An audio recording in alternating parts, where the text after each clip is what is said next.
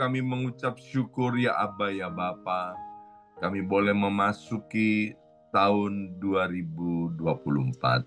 Seperti pujian ini, kami mau menyerahkan seluruh kehidupan kami ke dalam tangan-Mu. Kami serahkan Tuhan keluarga kami. Kami serahkan usaha dan pekerjaan kami. Kami serahkan semua aspek kehidupan kami hanya kepadamu Tuhan. Engkau Tuhan Allah kami yang setia. Tuhan Allah kami yang dapat kami percayai.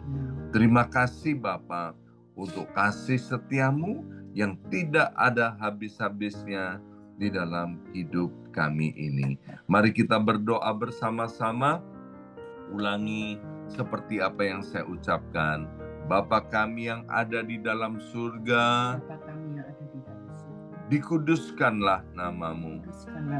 Datanglah kerajaanmu, jadilah kehendakmu di bumi ini seperti di dalam surga. Bapa yang baik, berikanlah kami pada hari ini rezeki yang menjadi bagian kami secukupnya, cukup untuk memberikan pinjaman kepada banyak bangsa, sedangkan kami sendiri tidak punya pinjaman, cukup untuk menjadi saksi Tuhan, mulai dari Yerusalem, Yudea, Samaria, sampai ke ujung-ujung bumi. Cukup untuk menjadikan semua bangsa murid Kristus dan membaptis mereka dalam nama Yesus. Terima kasih Bapa untuk rezeki yang secukupnya. Dan ampunilah dosa-dosa kami, ampunilah kesalahan kami, seperti kami pun mengampuni orang-orang yang bersalah kepada kami. Dan janganlah masukkan kami ini ke dalam pencobaan, tetapi bebaskanlah kami dari segala yang jahat. Sebab Engkaulah yang empunya kerajaan, kuasa, dan kemuliaan sampai selama-lamanya. Dalam nama Tuhan Yesus, kami sudah berdoa. Haleluya, haleluya, haleluya. Mari Bapak Ibu sekalian, sekarang kita bersama-sama serempak dan serentak kita akan menggemakan Mazmur 91 dengan suara yang keras, dengan suara yang lantang dari tempat kita masing-masing. Alkitab berkata, mati dan hidup dikuasai oleh lidah, siapa suka menggemakannya akan memakan buahnya. 2, 3. Mazmur 91. Orang yang duduk dalam lindungan yang maha tinggi dan bermalam dalam naungan yang maha kuasa akan berkata kepada Tuhan, tempat perlindunganku dan kubu pertahananku, Allahku yang kupercayai. Sungguh Tuhanlah yang akan melepaskan aku dari jerat penangkap burung dan dari penyakit sampar yang busuk. Dengan kepaknya Tuhan akan menudungi aku. Di bawah sayapnya aku akan berlindung. Kesetiaan Tuhan ialah perisai dan pagar tembok. Amin, amin, amin. Terjadi di dalam nama Tuhan Yesus. Aku tak usah takut terhadap kedahsyatan malam, terhadap panah yang terbang di waktu siang, terhadap penyakit sampar yang berjalan di dalam gelap, terhadap penyakit menular yang mengamuk di waktu petang. Walau 1.000 orang rebah di sisiku dan 10.000 di sebelah kananku, tetapi itu tidak akan menimpa aku. Aku hanya menontonnya dengan mataku sendiri dan melihat pembalasan terhadap orang-orang fasik. Sebab Tuhan ialah tempat perlindunganku, yang maha tinggi telah kubuat tempat perteduhanku. Amin, amin, amin. Terjadi di dalam nama Tuhan Yesus. Malapetaka tidak akan menimpa aku, dan tulah tidak akan mendekat kepada kemahku. Sebab malaikat-malaikat Tuhan akan diperintahkan oleh Tuhan kepadaku untuk menjaga aku di segala jalanku. Para malaikat Tuhan akan menatang aku di atas tangannya, supaya kakiku jangan terantuk kepada batu. Singa dan ular tedung akan aku langkai. Aku akan menginjak anak singa dan ular naga. Amin, amin, amin. Terjadi di dalam nama Tuhan Yesus. Sungguh hatiku melekat kepada Tuhan, maka Tuhan akan meluputkan aku. Tuhan akan membentengi aku, sebab aku mengenal nama Tuhan. Bila aku berseru kepada Tuhan, Tuhan akan menjawab. Tuhan akan menyertai aku dalam kesesakan. Tuhan akan meluputkan aku dan memuliakan aku. Dengan panjang umur akan Tuhan kenyangkan aku, dan akan Tuhan perlihatkan kepadaku keselamatan daripadanya. Amin, amin, amin. Terjadi di dalam nama Tuhan Yesus. Terima kasih ya Abba ya Bapa, pada kesempatan yang baik ini di awal tahun 2024 kami akan kembali mendengarkan sebagian daripada kebenaran firman Tuhan. Biarlah firman-Mu itu menjadi pelita buat kaki kami dan terang buat jalan hidup kami. Dalam nama Yesus yang siap mendengarkan firman Tuhan, angkat jempolnya ke depan dan katakan amin 3 kali. Amin, amin, amin. Shalom Bapak Ibu semuanya. Semangat pagi. Ya, semuanya semangat pagi. Apa kabarnya semuanya? Ya, senang sekali hari ini boleh bersama-sama kembali dengan Bapak Ibu semuanya yang mengasihi Tuhan dan dikasihi oleh Tuhan ya. Hari ini Selasa 2 Januari 2024. Nah, Bapak Ibu sekalian, tema gereja kita sepanjang tahun 2024 ini adalah harvest atau penuaian ya. Kalau bicara penuaian itu tidak akan terlepas daripada penaburan. Apa yang ditabur itu yang akan dituai. Alkitab bilang jangan sesat. Allah itu tidak bisa dipermainkan. Apa yang ditabur orang itulah yang akan dituai. Orang Jakarta bilang begini ya, itu gue banget. Nah, yang saya maksudkan adalah biarlah kita suka menjadi orang yang menabur, suka menabur, Bapak Ibu sekalian ya. Orang itu mungkin menabur yang tidak baik kepada kita, kita jangan ikut-ikutan.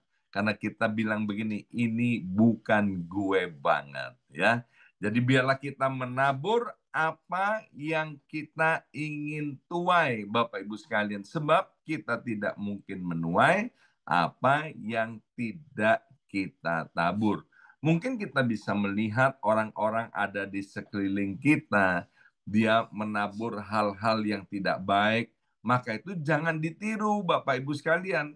Karena orang itu nanti pada waktunya dia juga akan menuai daripada apa yang ditabur. Alkitab bilang Tuhan akan membuat semuanya itu indah pada waktunya, ya.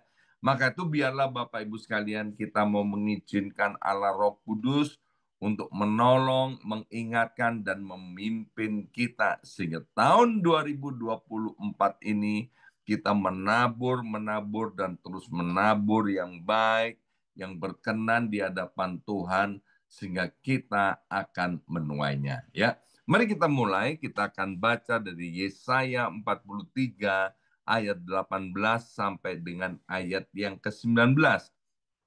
Yesaya 43 ayat 18 sampai dengan ayat yang ke-19. Firman-Nya, janganlah memikirkan yang telah berlalu. Lihatlah, aku melakukan hal yang baru, sekarang hal itu telah muncul. Tidakkah kamu melihatnya? Lihat, aku hendak membuat sesuatu yang baru, yang sekarang sudah tumbuh. Belumkah kamu mengetahuinya?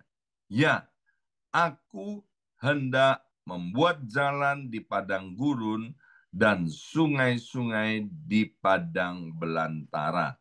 Saya suka sekali dengan apa yang ditulis di Yesaya 43 ayat 18 sampai dengan 19. Alkitab berkata begini, Bapak Ibu sekalian. Yang pertama, janganlah kita memikirkan yang telah berlalu. Di sini dikatakan tentang pikiran. Apa yang kita pikirkan itu nanti akhirnya akan menyebabkan kita bertindak. Segala tindakan, segala perilaku manusia itu semuanya mulai dari pikiran. Menabur pikiran, menuai keinginan. Menabur keinginan, menuai perbuatan. Menabur perbuatan nanti akan menuai kebiasaan. Saya suka sekali dengan Bapak Ibu sekalian, ya, di mana Bapak Ibu sekalian punya hobi. Hobinya apa? Yaitu mencari Tuhan, mendahulukan Tuhan. Nah, itu luar biasa. Dan saya tahu itu dimulai daripada apa yang Bapak Ibu pikirkan, ya. Nah, dari pikiran itu kemudian timbul tindakan sehingga Bapak Ibu semua sekarang boleh bersama-sama kembali untuk kita tadi menyembah Tuhan. Kemudian mendengarkan firman Tuhan sekarang. Dan setelah itu kita akan berdoa bersama-sama. Nah, di dalam Yesaya 43 ini kan berbicara tentang orang-orang Israel karena dosa-dosanya, maka Tuhan buang orang-orang Israel ini ke tanah Babel, ya, menjadi tawanan di Babel. Tetapi Tuhan itu adalah Tuhan yang baik, maha baik, luar biasa baik, Tuhan yang penuh dengan kasih.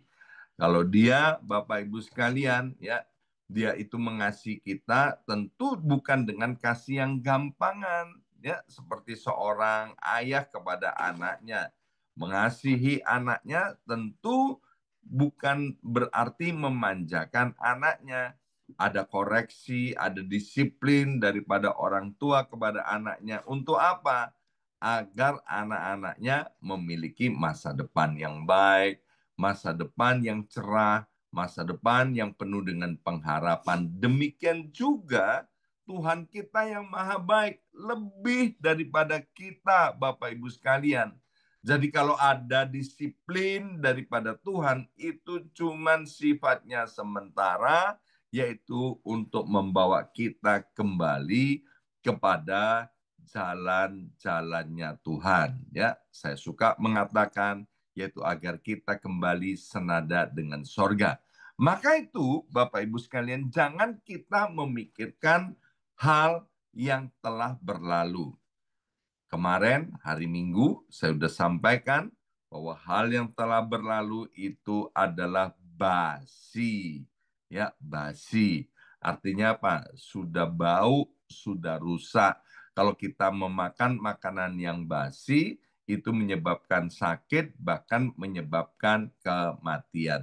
Biar hal yang lalu, Bapak Ibu sekalian, itu menjadi salah satu episode daripada kehidupan kita. Kalau masa lalu itu baik, biarlah itu menjadi pelajaran buat kita, prosesnya bagaimana sehingga tahun ini kita bisa menjadi tetap baik atau bahkan lebih baik. Kalau masa lalu itu buruk, Bapak Ibu sekalian, biarlah itu juga menjadi pelajaran buat kita untuk kita tidak mengulanginya, ya. Dan biarlah masa lalu itu, Bapak Ibu sekalian, sekarang kita tinggalkan, kita kemudian menuju ke hari-hari yang ke depan. Di sini dikatakan, lihatlah, aku melakukan hal yang baru. Hari yang baru, Tuhan menyediakan berkat yang baru kepada kita. Seperti Alkitab katakan, kasih Tuhan itu selalu baru setiap pagi. Tuhan itu jangan dibandingkan dengan manusia. Manusia otaknya kecil, kemampuannya terbatas, kreativitasnya terbatas. Tetapi Tuhan itu adalah Tuhan yang tidak terbatas, Bapak Ibu sekalian. Dia bisa melakukan hal-hal yang baru yang tidak pernah kita duga. Dikatakan selanjutnya, sekarang hal itu telah muncul. Tidakkah kamu melihatnya? Lihat, diulang lagi. Aku hendak membuat sesuatu yang baru, yang sekarang sudah tumbuh. Belumkah kamu mengetahuinya? Bapak Ibu sekalian, bagian yang kedua yang kita baca dari Yesaya 43 ayat 18 sampai 19 tadi, itu mengingatkan kita kepada peristiwa bagaimana Elia. Elia pada waktu itu berdoa, maka selama sekian waktu hujan tidak turun, Bapak Ibu sekalian, ya. Setelah terjadi kekeringan di mana-mana, ya, maka Elia mulai berdoa, ya, dan pada waktu itu tidak mungkin rasa-rasanya ada hujan akan turun. Tetapi kita lihat di satu Raja-Raja pasal 18, maka kemudian Elia mulai berdoa dan dia bilang begini kepada bujangnya, lihat itu di langit, ya, sudah ada awan atau belum? Ya kan, bujangnya lihat, oh belum, ya, belum lihat. Sampai diulang itu 7 kali, Bapak Ibu sekalian, dan akhirnya bujang Elia bilang begini, aku telah melihat awan, ya, tapi kecil banget, seperti telapak tangan, ya.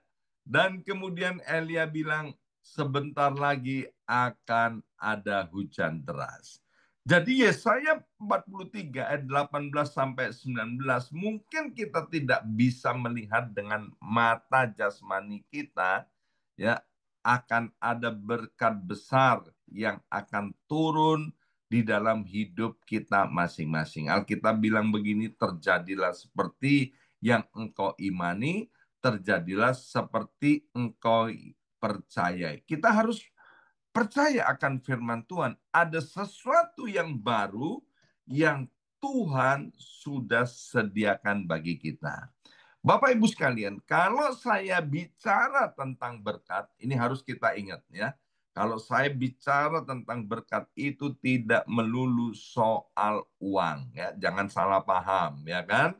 Nah, bicara tentang berkat itu yaitu berkat kerohanian. Bicara tentang berkat yaitu berkat dalam keluarga, rumah tangga kita.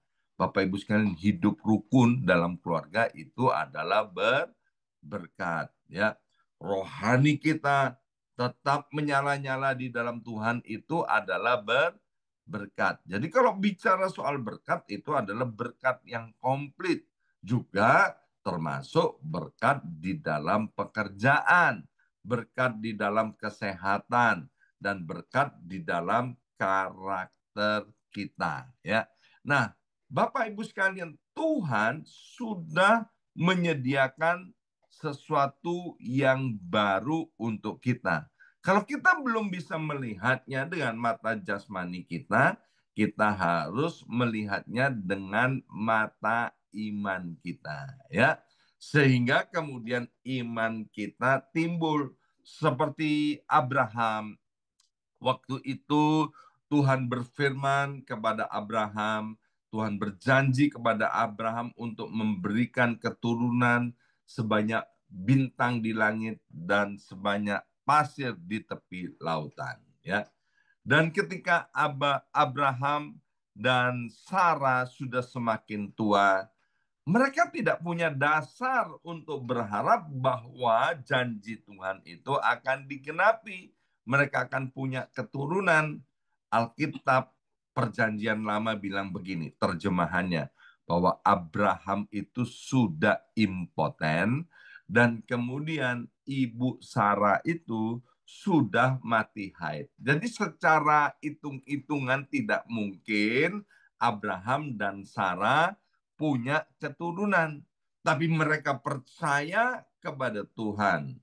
Dan akhirnya kita lihat keturunan daripada Abraham dan Sarah sebanyak bintang di langit dan sebanyak pasir di tepi lautan. Hari ini, Bapak Ibu sekalian, di awal tahun 2024, mungkin kita tidak punya dasar untuk berharap. Tetapi ketika kita mengimani dan mengamini apa yang ditulis dalam Yesaya 43 ayat 18 sampai 19 ini, maka kita akan mengalaminya. Sesuatu yang baru Tuhan sudah siapkan bagi kita. Dan di bagian yang terakhir dari Yesaya 43 ayat 18-19 dikatakan, ya, aku hendak membuat jalan di padang gurun dan sungai-sungai di padang belantara. Kalau Bapak Ibu sekalian tahu yang namanya padang gurun, itu nggak mungkin Bapak Ibu sekalian membuat jalan di padang gurun, ya. Bagaimana di padang gurun bisa dibuat jalan, ya? Kalau kemudian padang gurun itu dibuat jalan, nanti ada angin, maka pasir-pasir itu akan menutupi jalan itu. Tetapi ayat ini mau memberitahukan kepada kita, adakah sesuatu yang mustahil bagi Tuhan? Kuasa Tuhan tidak bisa dibatasi oleh situasi dan keadaan, Bapak Ibu sekalian. Sebab Dia adalah Allah semesta alam ini yang menjadikan dari yang tidak ada itu menjadi ada, apa yang tidak kelihatan bisa menjadi kelihatan karena Tuhan munculkan. Maka itu percayalah Bapak Ibu sekalian, tahun 2024 ini Tuhan akan membuat jalan di dalam kehidupan kita. Ketika kita tidak bisa melihat jalan itu, ke depan jalannya buntu, ke belakang buntu, ke kiri buntu, ke kanan buntu. Kita sudah berusaha dengan susah payah, dengan tidak jemu-jemunya kita melakukan hal itu. Bapak Ibu sekalian, jangan ada seorang pun yang putus asa. Ya, saya sebagai orang percaya, saya sangat mengamini ayat ini, Bapak Ibu sekalian. Bukan artinya saya tidak pernah mengalami kesulitan dalam hidup ini. Saya mengalami kesulitan di dalam keluarga dan rumah tangga. Saya mengalami kesulitan di dalam keuangan dan pekerjaan. Saya mengalami kesulitan di dalam banyak hal. Waktu berharap kepada Tuhan, rasa-rasanya nggak ada jalan keluarnya. Rasa-rasanya semuanya jalan buntu, Bapak Ibu sekalian. Tetapi ketika kita tidak mengendorkan kepercayaan kita kepada Tuhan, maka apa yang difirmankan itu terjadi, ya. Kemudian Tuhan buka jalan itu. Tuhan tolong, Tuhan campur tangan, sehingga Tuhan membuat hidup keluarga kami mengalami kelegaan, mengalami kemenangan. Mari sekarang kita lihat di dalam Yesaya 40 ayat 31. Kalau Tuhan sudah tolong keluarga kami, ya saya percaya Tuhan akan tolong keluarga Bapak Ibu sekalian di tahun 2024 ini. Keadaan kita akan jauh lebih baik daripada tahun-tahun keemasan, tahun-tahun kejayaan di masa lalu daripada kehidupan kita. Sebab apa? Tadi dikatakan Tuhan menyediakan yang baru buat kita. Yesaya 40 ayat 31. Tetapi orang-orang yang menaruh harapan pada Tuhan akan mendapat kekuatan baru. Mereka akan terbang tinggi seperti burung Raja Wali. Mereka akan berlari dan tidak menjadi lesu. Mereka akan berjalan dan tidak menjadi lemah. Nah, Bapak Ibu sekalian, gampang untuk melihat orang Kristen, orang percaya. Kalau ada orang Kristen kemudian menjadi lemah, letih, lesu, ya, dan tidak punya semangat, itu adalah tanda-tanda orang Kristen yang tidak menaruh harapannya kepada Tuhan. Jangan-jangan harapannya digantungkan pada kekuatannya sendiri, atau harapannya digantungkan kepada bosnya, atau kepada keluarganya, atau kepada manusia yang dia andalkan. Bapak Ibu sekalian, Alkitab mengingatkan kepada kita untuk kita hanya menaruh harapan kita kepada Tuhan. Waktu kita menaruh harapan kita kepada Tuhan, disitulah letak kekuatan kita.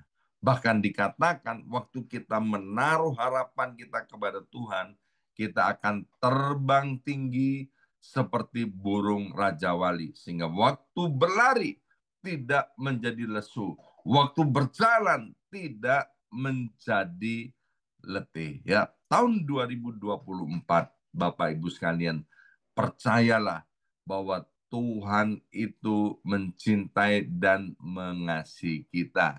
Kalau Tuhan izinkan kita berada di tahun 2024, Tuhan mau berperkara dengan setiap kita. Tuhan akan membuat perbedaan daripada orang-orang yang percaya kepada Tuhan, mengandalkan Tuhan, dengan orang-orang yang tidak percaya dan tidak mengandalkan Tuhan.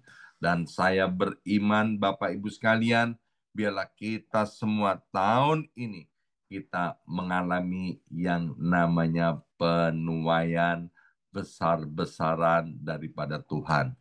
Apa yang menjadi kerinduan kita, apa yang menjadi mimpi-mimpi kita yang belum tercapai di tahun 2023, biarlah di tahun 2024 ini kita menuainya. Amin.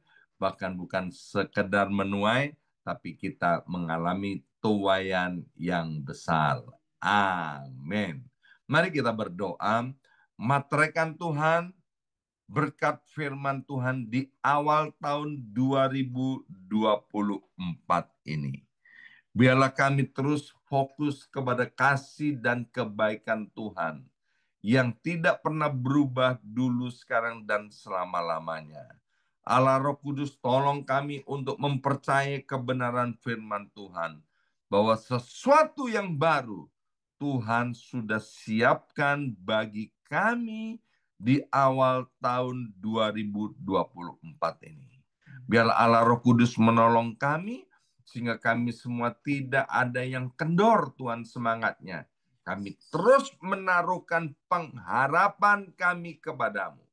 Sebab kami tahu orang yang berharap kepada Kristus Yesus Tuhan tidak akan pernah Tuhan kecewakan. Kami berdoa, biar setiap anak-anakmu di tahun 2024 ini mengalami tuaian yang besar-besaran. Dalam nama Yesus kami berdoa. Haleluya. Amin, amin, amin.